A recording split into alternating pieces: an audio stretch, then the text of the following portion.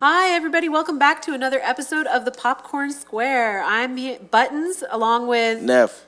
Kage. All right, and we're going to just launch right into Speak on It, episode 59. So the things that we're going to be covering in this episode are, Speak No Evil. We're going to talk a little bit about Beetlejuice as well as far as the box office, and then some films that we're looking forward to in the rest of this month as well as October, and also a little bit about Joker 2.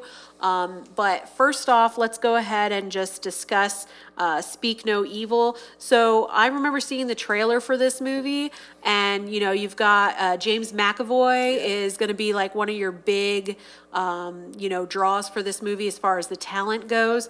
I first saw this movie and it was giving me very strong like Shyamalan vibes, and the way that it's presented as being like this psychological thriller. Yep.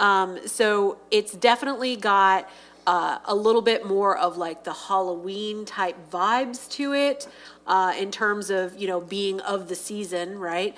As spooky season.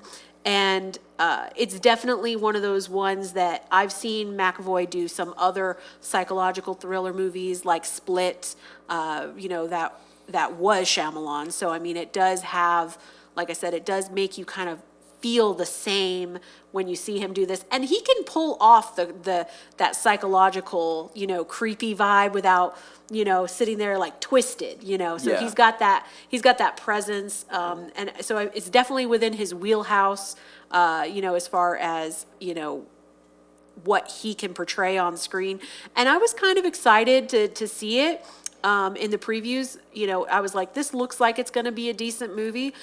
So, this one, Neff, I believe you have the numbers for the box office and the budget. So the budget for this film is $15 million, and the box office is currently sitting at $26.8 million. I'm going to say they probably put about $5 million in marketing in this film. So it's not quite a success, but I do think they got their production and marketing budget back. Depending on what happens the rest of the month, we do have some competition coming up very soon. It may or may not be a success. Does it get to $40 to $45 million?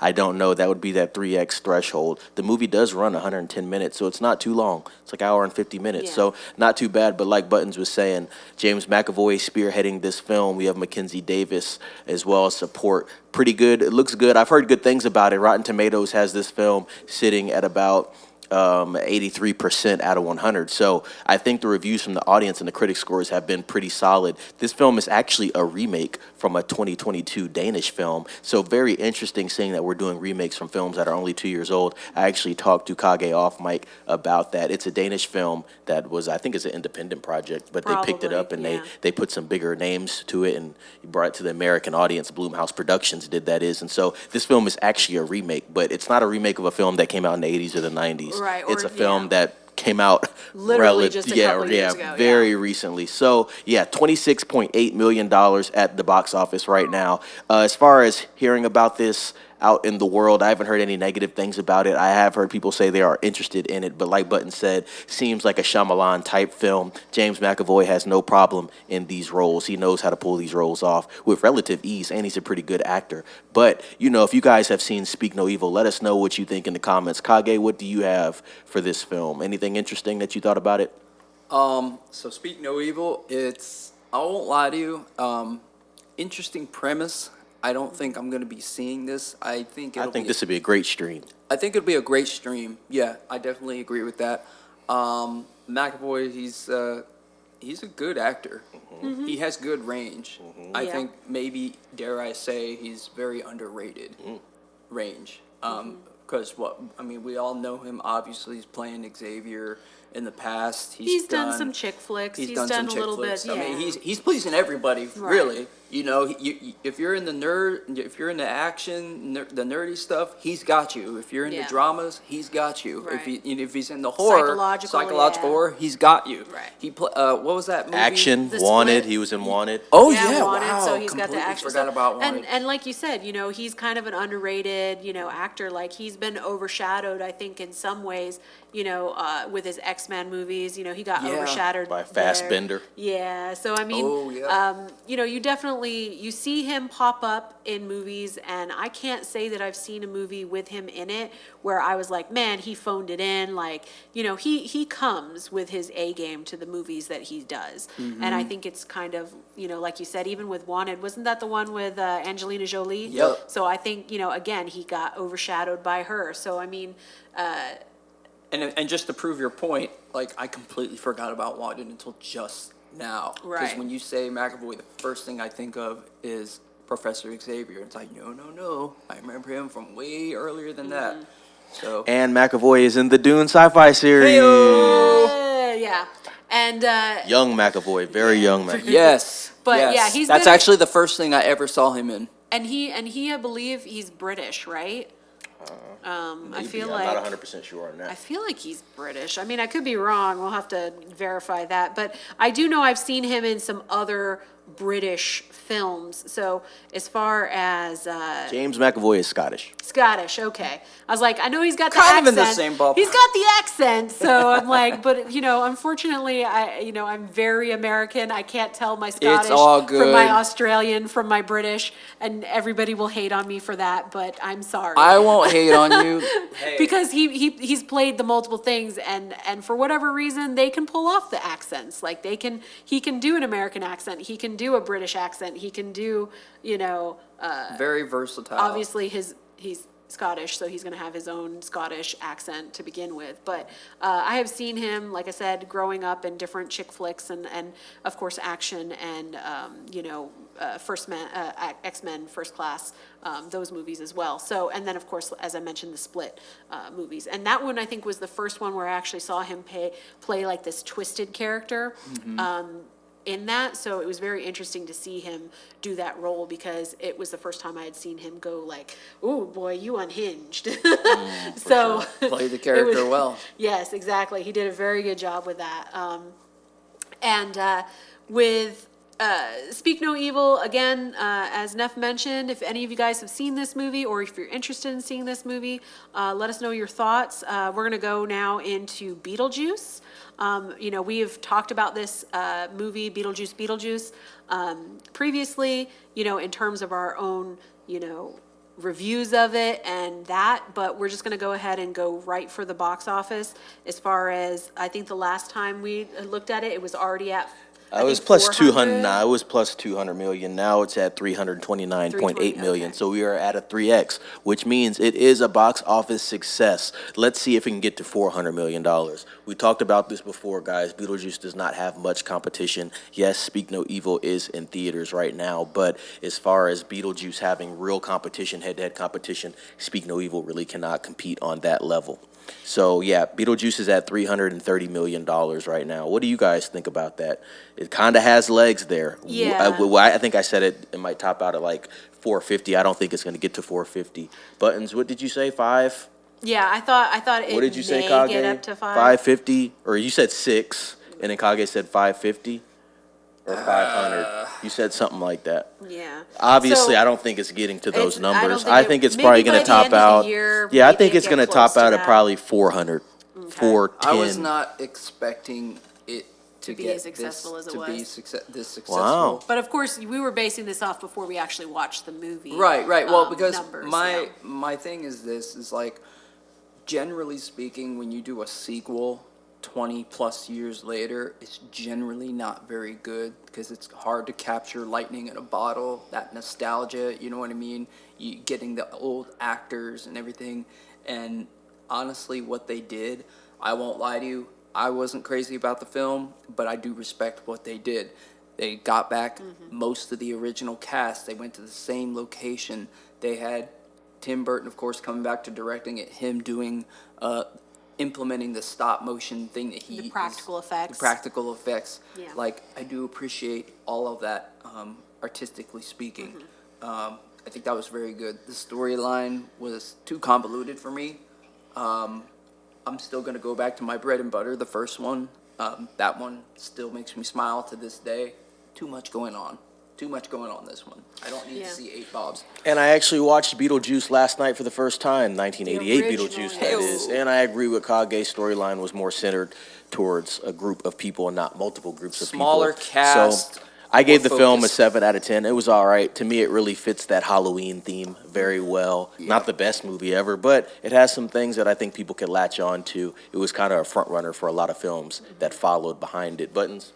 Yeah, I was just gonna say, I've talked to other people about this movie, and we look at movies when we look at the reviews for these, like Rotten Tomatoes and things like that, and then just discussing with other people who have seen the movies, and try and get a feel as far as what did the audience think of it. Where is it targeted? Like which group, which age range really is it going for?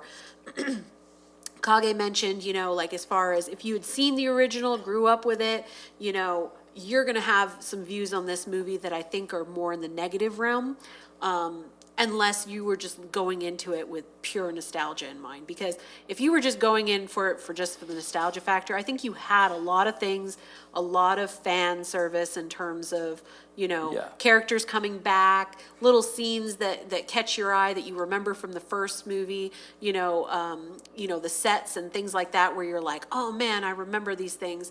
And even certain scenes are almost like a reimagining or a duplicate almost in some ways of the scenes that they had in the first movie, notably like the wedding cake scene, very much mirrors the dinner scene from the first movie. But I've talked to people who like, I loved this movie. And I've talked to people who are like, this movie I could barely sit through it. Like I couldn't stand it. I wouldn't go watch this movie again if somebody paid me, it's like I'd sooner go see Borderlands again, or I'd sooner go see all of these movies where you're sitting there and you're going like, man, I didn't think it was that bad. Like you got one person and you're like, really? It really wasn't that bad. Or no, I really enjoyed it. I don't understand why people are so hating on it. The reactions are very It seems a mixed bag. It's a very mixed bag. Like, there's I think it really depends on how deeply invested you are in Beetlejuice as a character and everything. Because if you watched the first movie, the 88, 89 version, and you were like, this is entertaining, you know what I mean? Yeah. If you're like I don't know how to word it. Kind of like what Neff said. It's like, it's a good Halloween movie. You're not like super into it. You're just like, oh, this is a good time. And if you go into this, then yes, you're going to get much of the same thing. For me personally, I was more critical of it because I loved the first movie. Had the toys. It was it's the second movie I've ever seen in theaters in my life. So it's a very special spot to me. And seeing the balance of dark, with death and everything, but making it goofy and everything, it's like, that was cool. And it was right around the time we had Ghostbusters, you know what I mean? So it has that with it. This one, it didn't really scratch that itch for me. And like I said, the people that really love it, they were just happy to see those actors come back, those characters come back, the scenes, and there was a lot of nuggets in there, a lot of nods for the old fans. And even though I didn't particularly like the film, I did appreciate those things. I saw it. I noticed. I see you, Tim Burton. I see you. Right. So moving on from Beetlejuice, we're going to go ahead and get into some of the other films that are coming out for the rest of the month of September, as well as some ones that we're looking forward to in October. I'm going to go ahead and pass it right on over to Neff. What films are you looking at here over the next couple of weeks into October? So I'm going to be watching Megalopolis next week. I'll have my review for you guys on that, either on the podcast or the weekly. And then after that, I'm going to be taking a break and watching Smile 2, which is going to be mid-October. Yeah. I'm skipping The Joker, and I might skip Terrifier 3. But I might see Terrifier 3. It depends on how I feel. I've talked to you guys about Terrifier before, so it's definitely a niche type of movie. But that's all I've got going for the end of September, and then going into October. I actually watched watched Batman Forever on Batman Day, Yeah. 9/21 yesterday, and that Hell was yeah. a treat once again to see on the big screen. Really one of my early introductions to Batman, Val Kilmer's Batman. So great movie, still a great movie. Stand by that, and that was fun. So yeah, Megalopolis next week. We will talk about that. That is from Francis Ford Coppola. All right, and Kage, what movies do you have on the radar? So I won't lie, this fall season is a little on the light side for me. I'm disappointed. We had and I'm not saying this officially, okay, because I do not know this information, but I knew about the Silent Hill movie, for example, Return to Silent Hill, and I'm surprised that we're now officially in fall. In fall of all times, October of all times, because the original Silent Hill movie, I believe it came out in October. So I feel like it's already coming up on October and there's not a trailer, nothing. They don't even have a release date for it. So I'm like, that's kind of disappointing that I'm not hearing about that now. But another film that I am curious about, and I talked to Neff about this off mic, is Hellboy and the Crooked Man. Now, what's interesting about this, well, there's a couple things interesting. One, it's not Ron Perlman, folks. Sorry. But but that is actually kind of the reason why I'm a little interested. Now, according to what I've seen online, this movie is actually going to be following the comics more closely. I haven't read the comics. Always wanted to, though. But I'm interested on this different take of Hellboy with new characters. Unfortunately, again, we don't have Guillermo del Toro on it. He's not working on it. But what's strange is that it has release dates in Europe, but there's not an official U.S. release date. And according to what I've seen online, September 27th of this year is when it's coming out overseas. But we still haven't gotten an American release date. I'll keep an eye out and see if it actually does come out here on the 27th. That's something I definitely want to check out. Also, in line with Neff, I'm kind of curious about Megalopolis now. So this was a film that I've actually heard about, but I didn't know the title. And the reason why I've heard about it is I've heard articles saying that there is a movie being made featuring canceled actors. So any actor that's been burned in the media for saying this or that, political, whatever, they got their hands slapped in Hollywood, so to speak. So Francis Coppola is grabbing all these actors. Hey, if you've been burned, I want you in my movie. Does that necessarily mean it's going to be a good movie or bad? Who knows? But I'm interested creatively to see what he has in store for us. As for the movie, I saw the trailer, and for much of the reasons that Neff really wants to see it, I'm unsure about it. I have no idea what this is about. Anybody? Anybody? Speak now, forever hold your peace. Well. Speak on it. Hey-o. Yeah, I mean, as far as the style of the movie, I mean, it's definitely got an interesting take in terms of how they're presenting it. It in a weird way, like when I saw the trailer for this, I don't know why, but it kind of reminded me a little bit of Inception.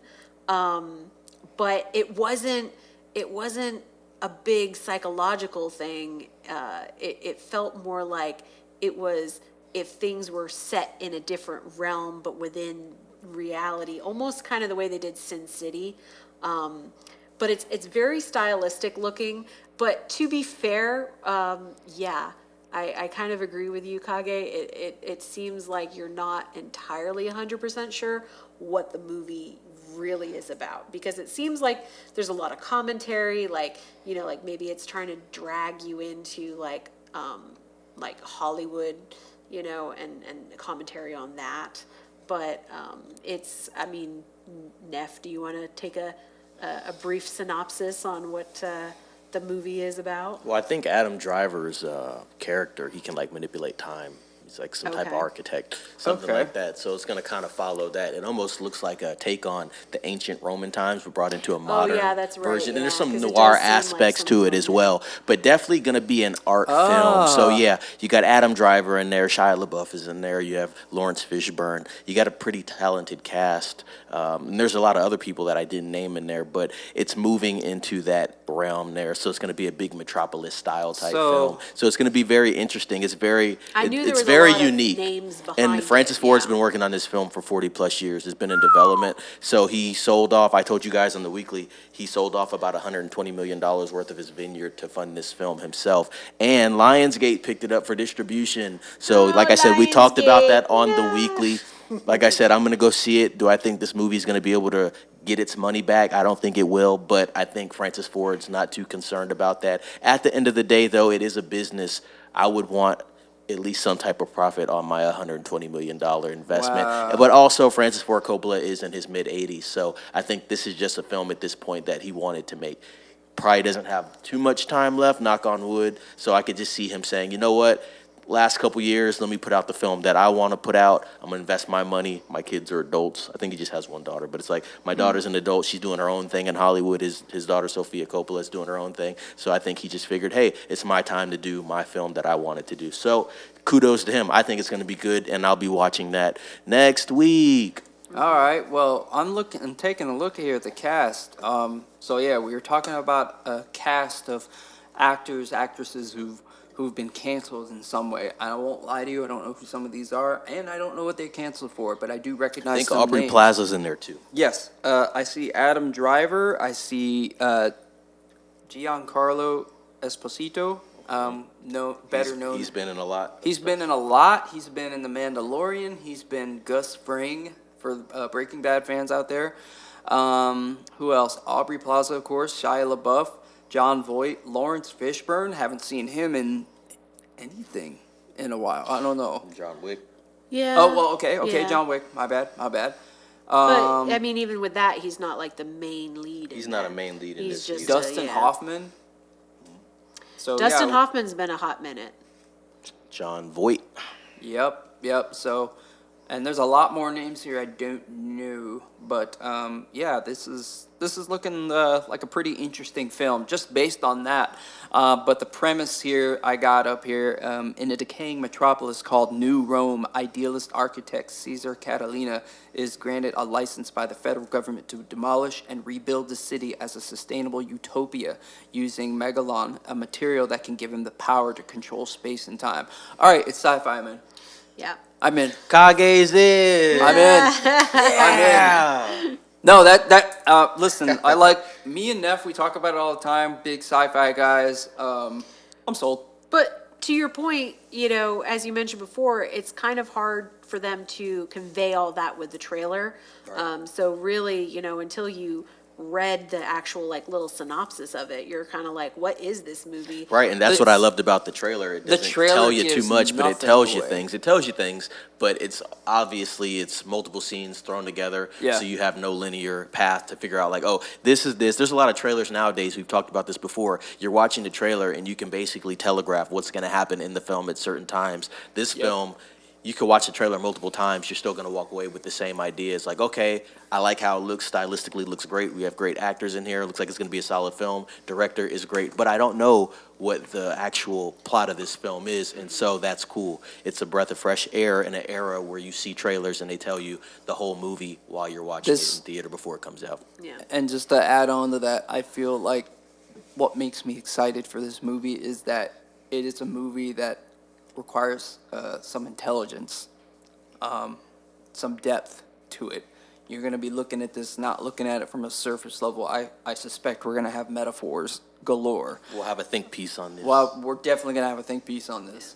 And I think this is something Hollywood needs right now. I think this is something Lionsgate needs right now. Poor Lionsgate. Poor Lionsgate. And actually, real quick, before I forget, speaking of Lionsgate, yeah, they're not doing so hot as a studio, but there is, let me see if I can find it. I just had it. Not Speak No Evil. It was Let It Go, I want to say. Hold on just a moment. Forgive me, folks. Yeah, you were just talking about that film. Lionsgate, guys, we talked about this on the weekly. Lionsgate is acquiring a lot of films and redistributing them. They're not making money back on their investment. Even if they didn't pay the full money up front to make the film, they're still buying the rights to the film to distribute. Never let go. Right? And Never let Lionsgate go. needs to try to make money on that. And almost every film that they've put out this year has not done well. Almost Right. every. So. Yeah, so just to add to that statement, let me find this. Okay, so Never Let Go was a horror movie that came out September 20th with a budget of 20 million. Hold on to your pants, folks. With a budget or a box office of 4.5 million. Ouch. Yep. Ouch. Even Not good. their horror movies are not performing. And you would think which- that'd be a safe haven now. We've talked Exactly. about that. Yeah. Especially because we're close to spooky season, so people are going to be looking for those type of movies to get in the spirit, and yeah, they're not even performing on those. Kage, anything for October? Man, for October, I'm not gonna Well, lie. early October, because of course we know at the end of October we got Venom, but as far as early October goes, I honestly I'm looking at what's coming out, and we talked about this before. It's a bit of a dry spell for this period. Yes. So I mean, I'm not sure if you have anything. I'm sure if I have anything, it's gonna be streaming that Yeah. comes up, I would imagine. Let me see here. They do have a couple of streaming movies that have come out recently or are about to come out that seem like they'd be kind of interesting.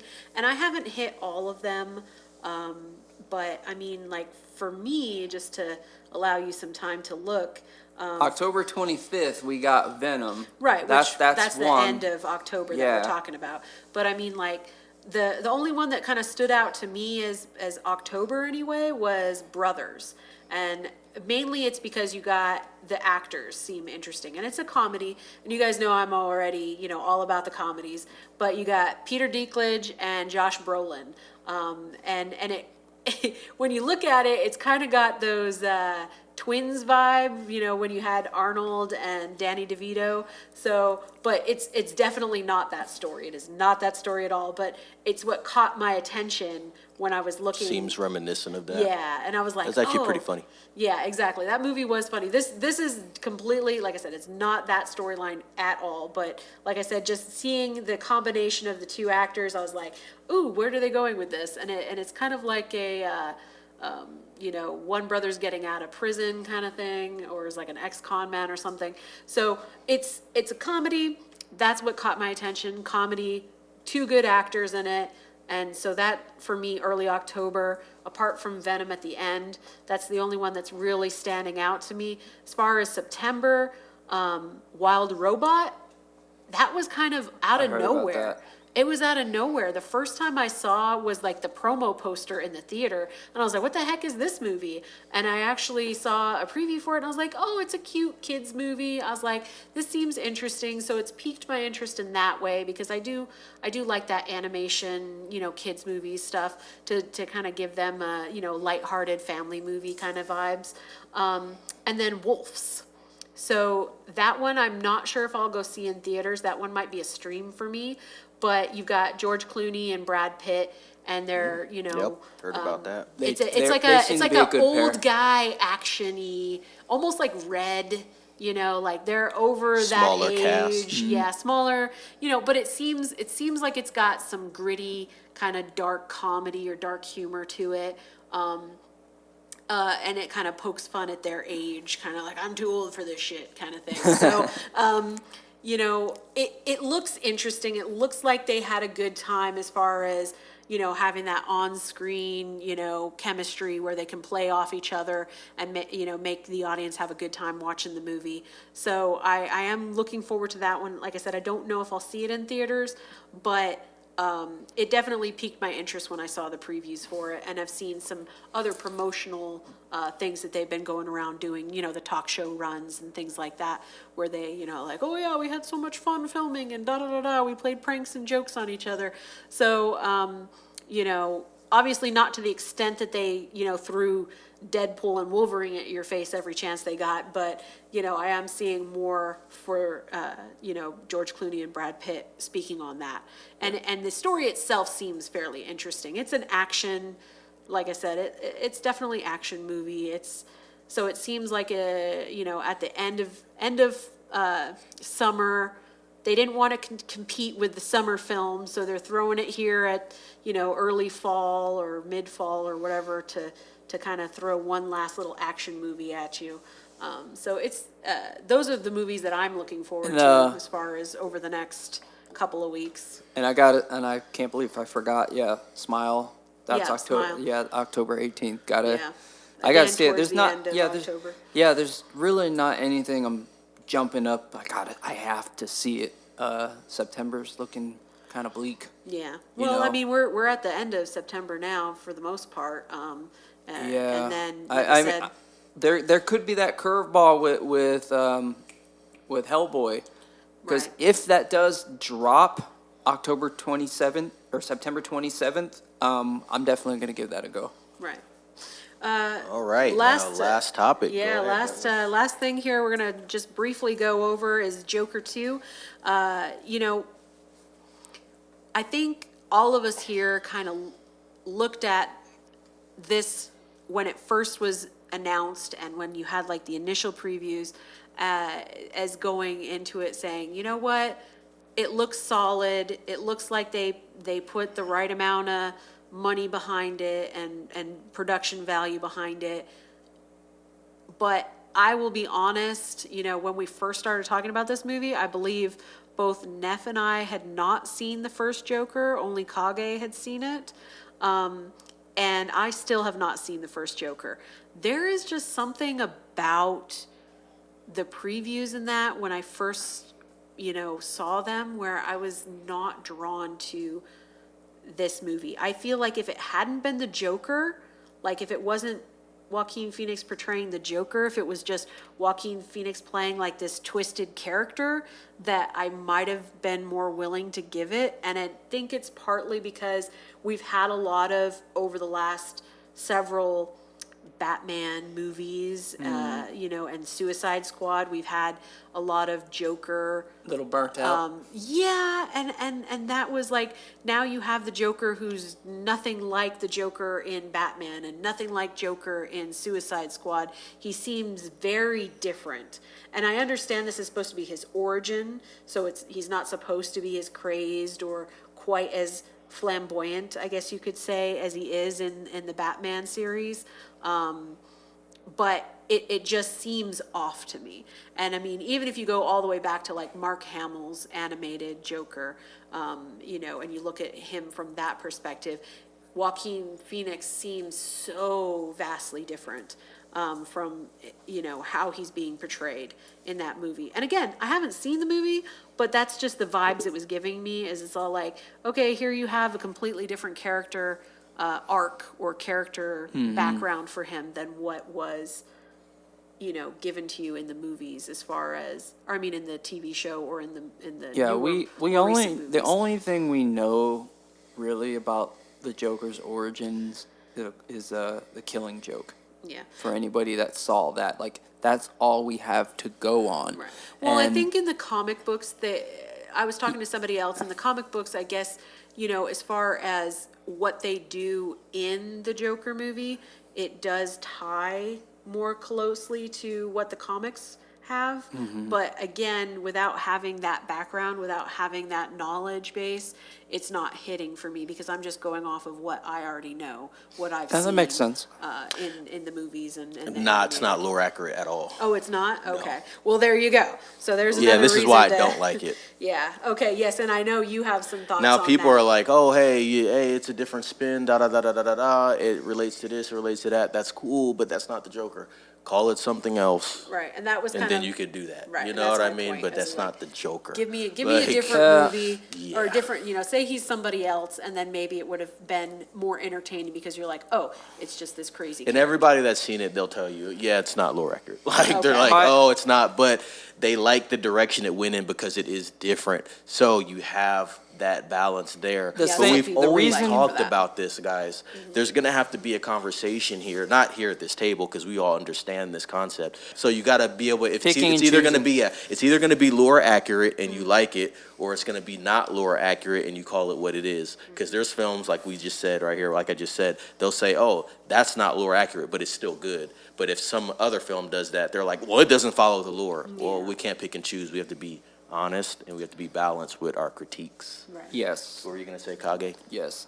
Yeah, like I said, I didn't see the original one in theaters. A friend showed it to me. It was this very slow burn, different take. You know, it was like, oh, this is okay. But by the time it got to the end, I was like, damn, okay. Now I can understand why he went down that dark path. And by the time the movie ends, he is, I don't know if I can say he's a fully realized Joker at this point, but it's just like there's no coming back. He's officially gone off the deep end. And so, from a creative standpoint, I want to say I'm curious about this movie. I'm still on the fence of whether or not I'm going to see it in theaters. I feel like I can go either way. I'll definitely see it at some point. Yeah. But I don't know if I'm gunning to see it Yeah. in And- theaters. It might definitely be a stream for me Yeah. at the absolute least. And for me, you know, I haven't seen the first one, so I can't say I'm gonna go see the second one. Again, it's one of those things where I haven't been able to psych myself up into watching the first one, so I know I'm definitely not gonna go see the second one in theaters until I've at least seen the first one, because that's just it's- how I am. I wanna see the first before I No, go see and the second. I appreciate that, and not just about the Joker or anything. Like if you're, I shouldn't have to say it, but like if there's a sequel to a movie, go do your homework. Go watch the first one. Definitely want to have. Don't see Beetlejuice all 2 your ducks without in a seeing the row. first one. Don't see Mortal Kombat 2 when it Dune comes out Part next 2 year. Without seeing Dune Part 1. If you do that, I will find you. I have a particular set of skills. I have a particular set of skills, and you do not want to mess with me when I ride in. We've heard that before. So the budget for the first Joker film was $55 to $70 million. So we're running with $70 million. And of course, it made $1 billion. So that was a huge Made hit. a That's a lot of movie money. that had legs for sure. I think I heard somebody say that it really opened up to about 90 to 100 million. And then from there, it just picked up. So you don't really see that too much. For a film to open up at about 90 to 100 million and get to $1 billion, that's a really big run there. So this Right. film has now a bloated budget of $200 million. And we've So- talked about how that can cut into your profits. Now the bar has been raised. It's going to be a lot harder to Well- make money. I think this film will probably make $400 million. Well, They remember, threw Lady Gaga the more at they it. lean that's into the where do you musical. think your budget went? Yeah, the more they lean into the musical aspect of this film, I think the less people are actually going to like it. Yeah. I don't think Lady Gaga is actually going to be making a ton of money off this movie. I think, you know, she picks her projects because she's already got her career as a musician. Like, I don't think she's hurting for money. Not to say that she's not taking a salary on this movie, but I don't think that she is being the one that's like the top bill. I'm pretty sure that's going to go to Joaquin Phoenix because he is the Joker. Like, he has to be top bill in here. Yeah. But, you know, I think she was more excited to get attached to the project itself as opposed to looking for a payday out of this. So, I mean, she's getting a chance to do this whole, you know, crossover between, you know, bringing in her musical element to it as well as doing this kind of darker, Yeah. edgy character. Right. Which, Good point. when she picks her projects, they tend to have more depth to them. And I think that's what she's looking at in this role, is that there's going to be some depth to her character. And she can kind of make it her own. What I want to say right now is, and I just had a great thought while you were speaking on Harley Quinn and Lady Gaga buttons, is I want to see a Harley Quinn that is more of a dark Harley Quinn, but is associated with the Batman universe, not like Suicide Squad. You did have Margot Robbie as Harley Quinn, but it wasn't really that dark to me. It was Right. very She's very jokey. fun, yeah. Like, and it's Harley That Quinn, wasn't a but dark, it didn't have serious enough. film. Like, she's It didn't have enough crazy. edge. I want to see a She's Harley Quinn that crazy, fits but with Heath fun Ledger's crazy. Joker. I want to see something like that. Yeah. That type of edge. And so Lady Gaga is playing the Joker, but obviously this Joker is not really associated with the Batman. So still, we're not getting that edgy Harley Quinn that we want to see. And even I believe Harley Quinn's story in this film is not even lore accurate. So, you know, we're just Quite going to keep possibly, continue yeah, it's on with a gonna story just- that's not lore accurate. But at this point, they've already stated this is not the Joker that you know. So She they've looks already more stated like that. she looks more like, you know, so originally you had, you know, Harley Quinn as a doctor. Right, she's and actually There's- in the asylum in Right. this. So and there's that's a what I was there's a getting at. She scene seems more like there's she's a a scene patient. that I just now remembered that I really liked in the first Joker movie, and the whole movie is about Arthur Fleck, his mind unraveling in a series of unfortunate events that lead him down this path of insanity and darkness. Little nugget. Yeah, and he sees Bruce Wayne as a child, Ah, okay. and he's talking to him through the gate, you know, of safety, and it's like some obvious foreshadowing, you know what I mean? Yeah. But in the Joker's, we don't know anything about him. We don't know how old he is, how young we don't know. So it's like, oh, he's really old then compared, because he was talking to, and again, like you said, Neff, not lore accurate. But it was still nice to see that nod to the Yeah. future, you know, and that little hinting, foreshadowing, because he's sitting Yeah. there talking to Bruce Wayne, just talking Yeah. to him, and it was like very, Surreal. it was surreal, but like you as the audience, you're like, ooh, you know, but Foreshadowing. Yeah, Yeah, but- and I like but the you're- tie-in. I but like the you're- tie-in at the end with the Wayne family. Yeah, I thought he- that was cool. It's like, oh, so the riot led to that. He's sitting It's there. cool, but- He's sitting there talking to them because Arthur said that, or Arthur's mom said that she used to work for Bruce Wayne, Ah, and okay. she thought that she knew him, and then she took it a step further and said that we were lovers, and he hinted wow. Arthur, You're his son. and you're his son, and so Intrigue. he is like, oh, okay, and he's falling on hard times. So in his mind, oh well, let me talk to my dad and see if I can get us some out of help. this. Yep. And so he goes to Wayne Manor, where he sees Bruce playing outside, and he talks to him through the gate and blah blah blah. And then- Potentially my brother. yeah, and then somebody comes out and it's like, okay, you need to stop talking to the stranger, blah Yeah. blah blah. And the guy was like, hey, I know, and like, we don't know who you are. Bruce Wayne, Mr. Wayne doesn't know who you are, so you're gonna go. It wasn't even Bruce. It was like, not Alfred or whatever his butler Just was. some other guy, Yeah, yeah. and it's just like, ooh, Yeah. and that's kind of what led to it. And there's a how do I put so this? they got some different There's like little interesting things. twists. There's some good story scenes. I really writing don't that want makes to. it- I don't yeah. feel too bad talking about the movie because it's been out now for Yeah, a while. yeah. But I still think you guys should give it a chance at some point. Just because it's got such a different take on just a things. different take, because I tend to be. You guys heard me talk about it both on and off mic. I try to give things a chance. I try to give people a chance. I try to give now. Obviously, there's movies that I'm just like flat out.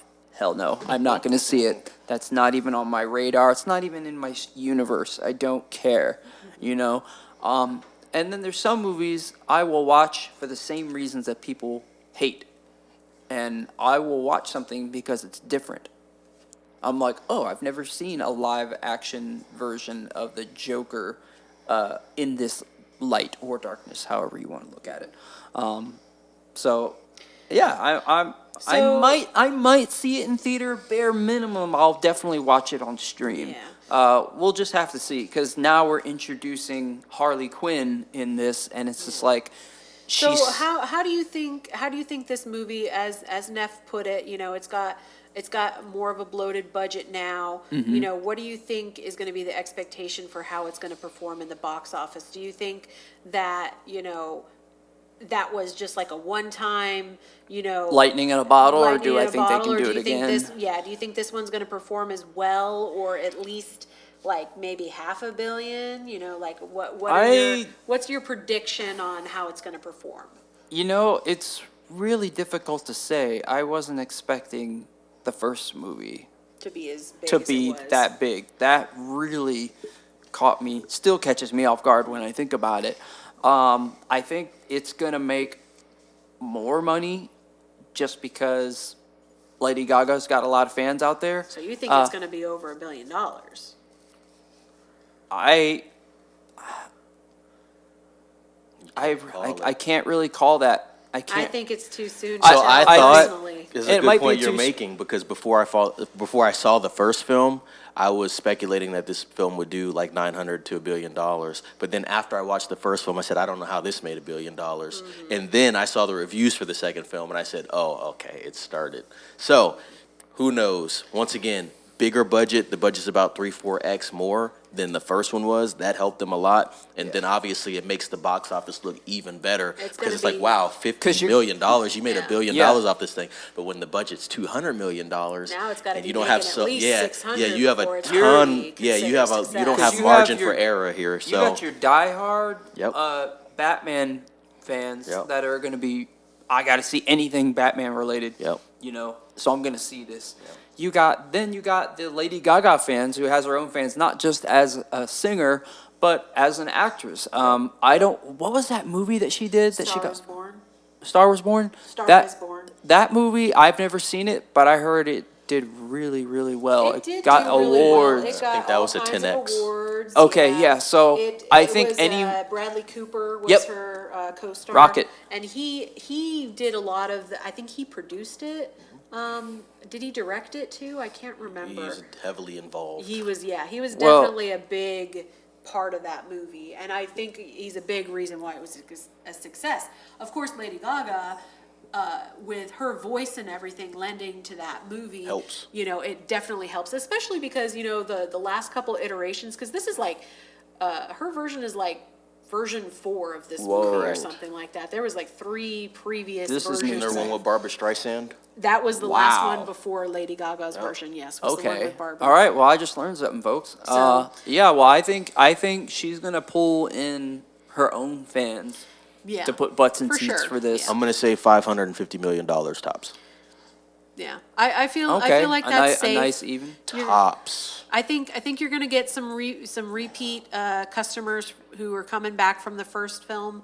I feel like this one is gonna go for like 400.